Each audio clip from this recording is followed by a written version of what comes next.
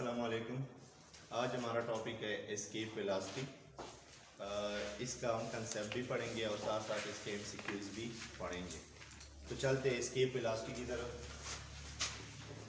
Escape velocity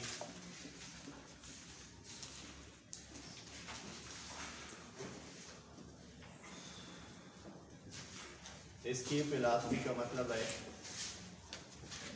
फरार हो जाना, किसी ऑब्जेक्ट का अर्थ ग्रेविटेशन फील्ड से फरार हो जाना। फरार हो जाना किसी भी बॉडी का अर्थ ग्रेविटेशन फील्ड से फरार हो जाने का नाम एस्केप वेलोसिटी है।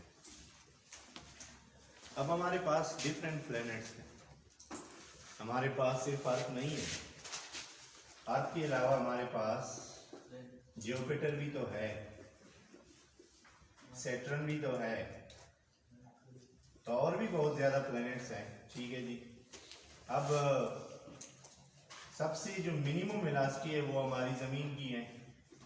सबसे मिनिमम वेलोसिटी जो है ना एस्केप वेलोसिटी, क्योंकि बाकी जो प्लैनेट्स है खासकर जुपिटर हो गया, सैटर्न हो गया, जिनके पास ज्यादा मून्स है सिवाय प्लूटो के और मार्स के, बाकी जितने भी प्लैनेट्स हैं उन सब की जो ग्रेविटी है वो हमारे अर्थ से ज़्यादा है, क्योंकि उनका मास ज़्यादा है। तो अर्थ की एस्केप वेलोसिटी को हम कैसे डिफाइन करेंगे? फॉर एग्जांपल ये मेरे पास अर्थ है, अब यहाँ पे कोई भी ऑब्जेक्ट है सरफेस पे पड़ा है और इसको मैं कुछ सर्टन वेलोसिटी के साथ ऊपर की तरफ फेंकता हूँ तो ये वापस आ जाता है। ठीक है जी। मैं मज़ीद वेलोसिटी इंक्रीज करता हूँ, ये वापस आ जाता है। मैं मज़ीद वेलोसिटी इंक्रीज करता हूँ, ये वापस आ जाता है। हाँ, एक स्टेज आता है कि कुछ खास वेलोसिटी, खास किस्म की वेलोसिटी देता हूँ तो ये अर्थ ग्रेविटेशन फील्ड से क्या करता है, बाहर निकल जाता है। तो उस खास किस्म की वेलोसिटी को हम क्या कहते हैं? एस्केप वेलोसिटी कहते हैं। सो एस्केप वेलोसिटी को अगर आप डिफाइन भी करें, क्योंकि अर्थ है तो अर्थ के केस में इसको मैं मिनिमम कहूंगा। The minimum velocity required, minimum इस सेंस में नहीं कि आपने इसको यहाँ पे तो आप कह रहे थे कि मैक्सिमम वेलोसिटी आपने दी है।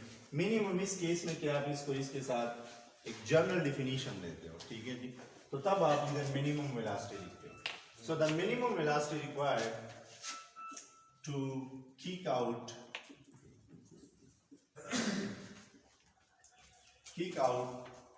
object from earth gravitational field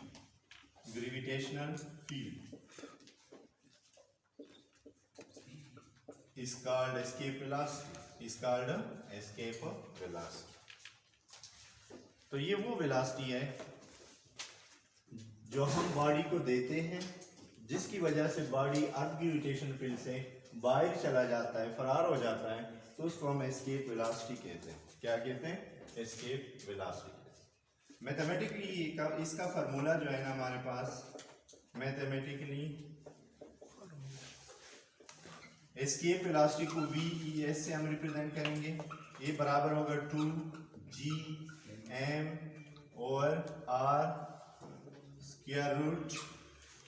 एक रिलेशन ये भी आपके पास है, दूसरा रिलेशन आपके पास V escape must be equal to 2Gr।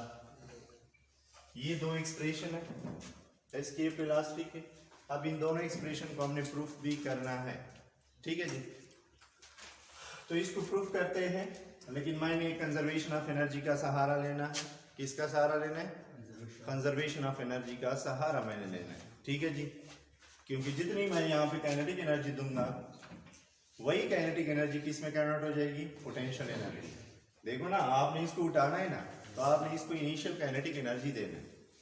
तो आप उसको काइनेटिक एनर्जी देते हो या इनिशियल वेलोसिटी देते हो, तो आप उसको काइनेटिक एनर्जी दोगे, वो काइनेटिक एनर्जी आपकी किस में कन्वर्ट होती जाएगी? पोटेंशियल एनर्जी में कन्वर्ट होती जाएगी। चूंकि आपने एक रेफरेंस पॉइंट भी इसमें याद किया है कि आप उसको और ग्रेविटी से बाहर निकालते हो, तो यहाँ पे पोटेंशियल एनर्जी mgh वाली नहीं होगी बल्कि एब्सोल्यूट पोटेंशियल होगी। ठीक है जी, तो इस चीज़ को मैं प्रूफ करता हूँ। तो इसके लिए हम थोड़ा सा मैथमेटिक्स को टच करते हैं।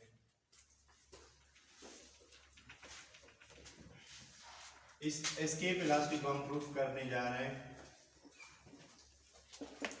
Using conservation of energy.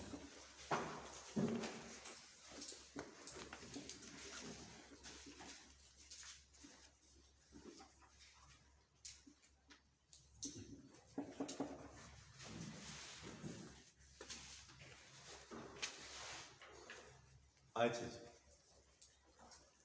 Conservation of energy का मतलब ये है कि एनर्जी जो है ना वो हमेशा कांस्टेंट रहती है।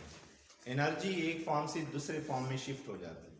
जहाँ पे काइनेटिक है वो काइनेटिक डिक्रीज हो के पोटेंशियल में कन्वर्ट हो जाती है, जहाँ पोटेंशियल है वो डिक्रीज हो के काइनेटिक में कन्वर्ट हो जाती है। ठीक है जी, ये कंजर्वेशन का कंसेप्ट है। जिस तरह पानी ऊपर से नीचे की तरफ आता है तो ऊपर उसके पास टोटल कौन सी एनर्जी है, पोटेंशियल है। जब वो नीचे आएगा वो पोटेंशियल को लूज करेगा तो किस में कन्वर्ट हो जाएगा, काइनेटिक एनर्जी में कन्वर्ट हो जाएगा। तो इसका ये मतलब है, अगर मैं यहाँ पे ये कहूँ कि हमारे पास जो increase in kinetic energy, loss in kinetic energy जो है, loss in kinetic energy is equal to gain in potential energy, gain in potential energy. यहाँ पे हमारे पास जब आप इसको ऊपर ले जाते हो तो काइनेटिक एनर्जी आपकी लॉस होती है और वो किस में कन्वर्ट हो जाती है, पोटेंशियल में। हम सबको पता है कि काइनेटिक का फार्मूला क्या है, हाफ m v स्क्वायर। अच्छा, गेन इन पोटेंशियल क्या है, गेन इन पोटेंशियल का मतलब क्या होता है, हाँ गेन इन, देखो ना अब पोटेंशियल एनर्जी में गेन कैसे आप मालूम करोगे, 0 minus g M by are.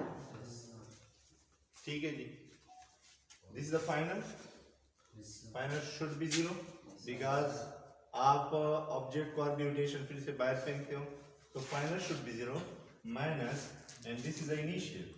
मैंने ये एक्सप्रेशन आपको दिया था कि हर सरफेस पे एब्सोल्यूट पोटेंशियल की ये वैल्यू होगी।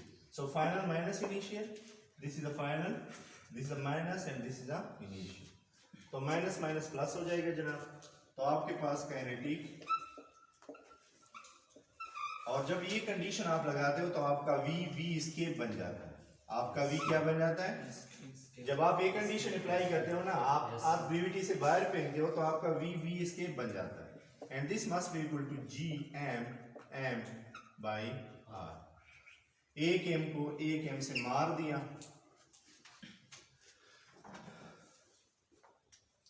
अच्छा एम को एम से मार दिया तो आपके पास रिजल्ट क्या आ गया, शाबाश, 1/2 V escape square must be equal to G M by R. मुझे तो वी एस्केप चाहिए तो 2 से मल्टीप्लाई करो, तो V escape square must be equal to 2gm over R. मुझे वी एस्केप स्क्वायर नहीं चाहिए बल्कि वी एस्केप चाहिए, तो taking square root both side, taking square root both side, तो इस साइड पे मैं स्क्वायर रूट लूंगा तो ये स्क्वायर रूट के साथ कैंसिल हो जाएगा और ये एज इट रह जाएगा। So this is the formula for the escape velocity.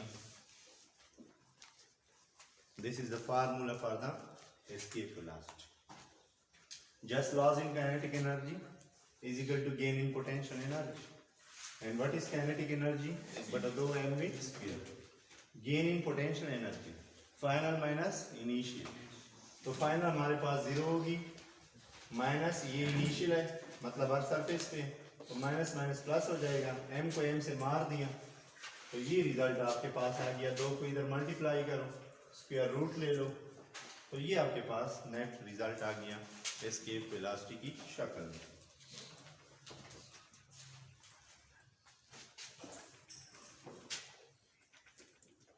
अब कभी कभार एग्जामिनर इसका वैल्यू भी पूछता है कि इसका वैल्यू किसके बराबर है। शाबाश। तो अगर हम इसके वैल्यू लिखे, अगर हम इसके वैल्यूज लिखे, पुटिंग्स वैल्यूज, तो हमारे पास वी एस्केप का फार्मूला बन जाएगा 2 जी की वैल्यू है 6.6 इंटू 10⁻⁻11, मास ऑफ अर्थ है 6.3 इंटू 10⁻24, रेडियस ऑफ अर्थ है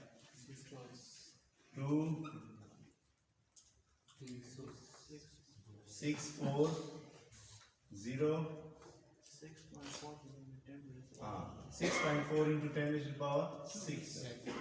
तो ये सारी कीमतें जब आप लगाओगे तो आपके पास 11.3 किलोमीटर पर सेकेंड ये एस्केप वेलोसिटी का वैल्यू आएगा आपके पास। ठीक है जी, ये एस्केप वेलोसिटी का क्या आएगा, वैल्यू आएगा। क्योंकि आप ग्रेविटेशन कांस्टेंट का कीमत तो आपको पता है, आपने 9th में पढ़ा है 6.67, और साथ साथ आपने मास ऑफ अर्थ भी पढ़ा है 9th में, और रेडियस ऑफ अर्थ भी पढ़ा है। रेडियस वैसे 6400 किलोमीटर होता है, किलोमीटर। जब आप मीटर में कन्वर्ट करोगे तो ये वैल्यू आएगा। ठीक है जी। तो 11.3 किलोमीटर पर सेकेंड ये आपके पास एस्केप वेलोसिटी है। इतनी वेलोसिटी आपने देनी है किसको, किसी भी ऑब्जेक्ट को, ताकि वो अर्थ ग्रेविटेशन फील्ड से बाहर जा सके। अब इसकी फिजिक्स की तरफ थोड़ा सा चलते हैं। इस फार्मूले में देख के आप, इससे लगता है कि जो एस्केप वेलोसिटी है ना, ये जस्ट डिपेंड करता है किस पे, the mass of the planet. The mass of the, जिस प्लेनेट में हो ना उस प्लेनेट के मेस पे डिपेंड करता है, ये ऑब्जेक्ट के मेस पे डिपेंड नहीं करता।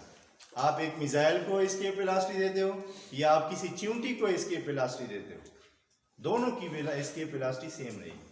तो सबसे इंपॉर्टेंट चीज ये है कि जो एस्केप वेलोसिटी है ये मास पे डिपेंड नहीं करती, ये मास पे डिपेंड नहीं। So it is independent of mass of object and it strictly depend the mass of planet. Earth पे एस्केप वेलोसिटी ये है, जुपिटर पे एस्केप वेलोसिटी 25.3 किलोमीटर पर सेकेंड है। जुपिटर पे 25.3 किलोमीटर पर सेकेंड। इसी तरह और प्लेनेट पे जाए तो वहाँ एस्केप वेलोसिटी और बढ़ती है क्योंकि उनका मास बढ़ता है। तो escape velocity just depend upon the mass of the planet. ठीक है जी। और ये शेप पर भी डिपेंड नहीं करता। Escape velocity is the independent of the shape of an object. Object की शेप जो भी है एस्केप वेलोसिटी उस पर डिपेंड नहीं करती। ये एमसीक्यूज है।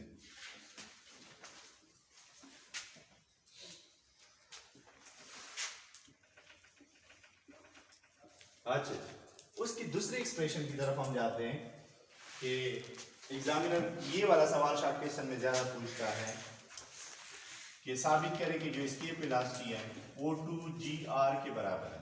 किसके बराबर है? ये प्रूव करे कि ये 2gr के बराबर है। ठीक है जी। तो इसके लिए हम क्या करेंगे, इसके लिए मैं ग्रेविटेशन लॉ को यूज करूंगा। किसको यूज करूंगा? हमें पता है, इधर देखे लिखा ही ना कर, इधर देखे। हमें पता है कि अर्थ सरफेस पे, कहाँ पे? अर्थ सरफेस पे हमारा जो वेट है ना, वेट, ये ग्रेविटेशन फोर्स के बराबर है। अर्थ सरफेस पे जितना आपका वेट है उतना ग्रेविटेशन फोर्स है। अगर ऐसा ना होता तो आप अर्थ सरफेस पे एग्जिस्ट नहीं कर सकते। तो ये ब्यूटी है नेचर की, ग्रेविटी की, कि अर्थ सरफेस पे जितना वेट है उतना ग्रेविटेशन फोर्स है। तो वेट का फार्मूला क्या है? ग्रेविटेशन फोर्स का formula G, mass of object divide by radius of the object, distance between objects. तो m को m से मार दिया, तो G की कीमत हमारे पास क्या आ गई? G m r square. ठीक है जी। देख रहे हो इधर, m को m से मार दिया तो G must be equal to gm by r square. इसको मैं इस तरह लिख सकता हूँ मैथमेटिक्स के साथ, खेलो बच्चों की तरह। तो G m divide by r dot r लिख सकता हूं? yes, एक आर को इधर लाओ, जी आर हो जाएगा, जी एम और आर हो जाएगा। ये रिलेशन अपने पॉकेट में फिलहाल रखो।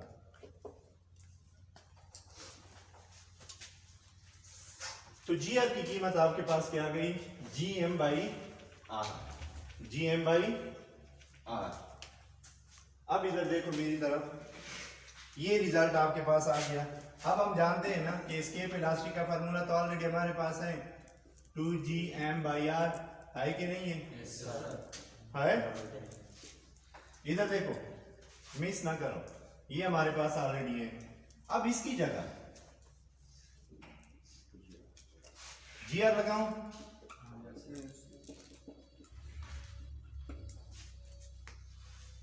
साबित साबित होगी। जल्दी से कर लो ये 2 स्टेप, फिर इसकी फिजिक्स की तरफ जाते हैं और एमसीक्यूज की तरफ। यहां से शुरू करो, एक डार्क सरफेस को लिखो, एडिंग दे लो। एक डार्क सरफेस, एग्जामिनर को आपने एडिंग देना है।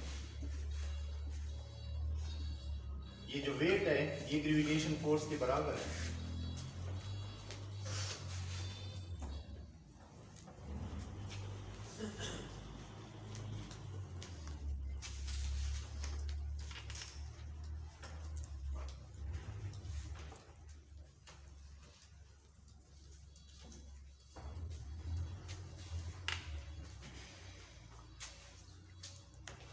खुशखती हमारी को कहना जर जर का ताऊ से खुशखती नहीं बोलते बेचो बुरी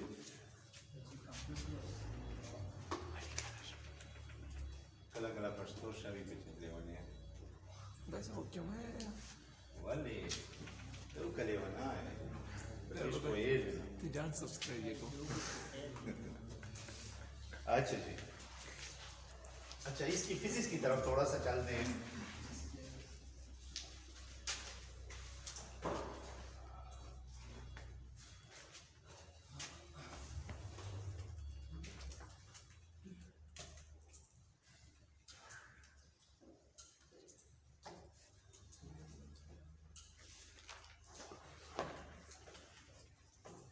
फिजिक्स ये है कि ये जो एस्केप वेलोसिटी है दोनों फार्मूलों से पता चलता है। ये के वाला फार्मूला, ये के वाला फार्मूला, दोनों फार्मूला से पता चलता है कि जो एस्केप वेलोसिटी है उसका मास ऑफ ऑब्जेक्ट से कोई ताल्लुक नहीं। उसका अगर ताल्लुक है तो वो मेस ऑफ प्लेनेट से। जितना प्लेनेट का मेस बड़ा होगा उतना ही एस्केप वेलोसिटी हमारे पास बढ़ेगा। ठीक है जी। अब अगर मैं आपको एक एमसीक्यूज दे दूं कि मेरे पास एक प्लेनेट है जिसका मास डबल है, मास क्या हो गया? If the mass of planet become double, if the mass of the planet become double, mass of planet become double. शाबाश, कैलकुलेट करें। If the mass of planet become double, अगर mass of the planet double हो जाता है and its radius become half, radius become half, then escape velocity क्या होगी? शाबाश, calculate करें, वैल्यू कैलकुलेट करें, वैल्यू। ठीक है जी, एस्केप वेलोसिटी की वैल्यू कैलकुलेट करें कि ये 11.3 आएगा या 22 आएगा या 24 आएगा, क्या आएगा? शाबाश। मास को अगर मैं डबल करूं, रेडियस ऑफ द प्लेनेट को मैं क्या करूं? हाफ कर दूं, तो फिर एस्केप वेलोसिटी क्या होगी? शाबाश, फार्मूले आपके पॉकेट में है, जस्ट डूइंग प्रैक्टिस। कर लेना, कीमतें दर्ज करें, डेटा आपको दिया हुआ है, आप दर्ज करें, जस्ट एमसीक्यूज पावर को बढ़ाए। शाबाश, एमसीक्यूज पावर को बढ़ाए।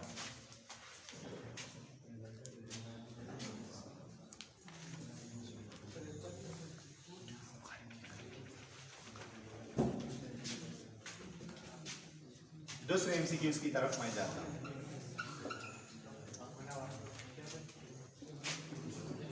If mass of object increase 100 times,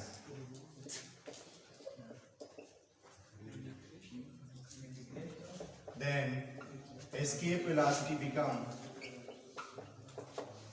ये दूसरा MCQ, अगर मैं बॉडी का मेस 100 टाइम बढ़ाऊं तो escape velocity कितनी परसेंट इंक्रीज हो जाएगी? 100, 50, 30, 20? ओके ब्रादा, जल्दी करें। सिंपल से MCQs को अगर आप सॉल्व नहीं करते हैं, इसका ये मतलब है कि कुछ खराबियां हैं।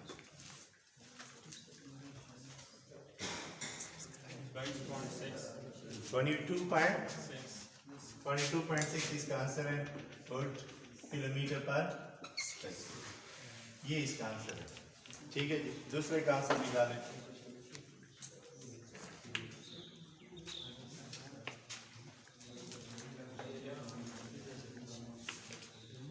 शोर ना करे, शोर ना करे।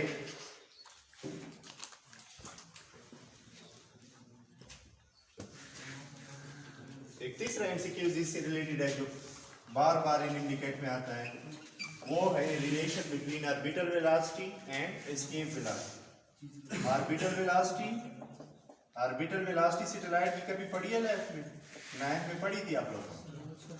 एंड एस्केप वेलोसिटी के रिलेशन क्या है, दोनों के दरमियान रिलेशन क्या है, वो लिखे।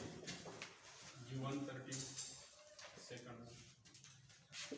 वाला मास ऑफ ऑब्जेक्ट को मैंने इंक्रीज किया, so it is independent of the mass of object, it is independent of mass of object, तो कोई असर नहीं करेगा। अच्छा, ऑर्बिटल वेलोसिटी एस्केप वेलोसिटी में क्या रिलेशन है, ये बार बार एग्जामिनर पूछता है। शाबाश, हमें पता है कि ऑर्बिटल वेलोसिटी का फार्मूला जो है ना, हमने 9 में भी पढ़ा था, Gm/r।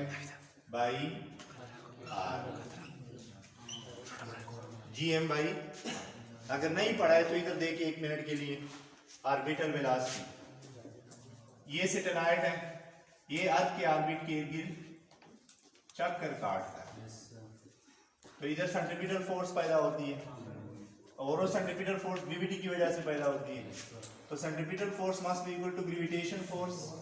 Centripetal force mv²/r by, और ये क्या है, g, mass of object, sorry mass of object divide by r²। एक m को इधर से मार दो, एक r को इधर से मार दो, तो v² आपके पास आ जाएगा Gm/r। अगर आप स्क्वायर रूट ले लें तो this is the orbital velocity formula, keep in your pocket. आपने 9 में भी पढ़ा है इसको, 9 में पढ़ा था ना, लेकिन आप भूल चुके हैं। Orbital velocity of artificial satellite, तो ये ऑर्बिटल वेलोसिटी का फार्मूला है।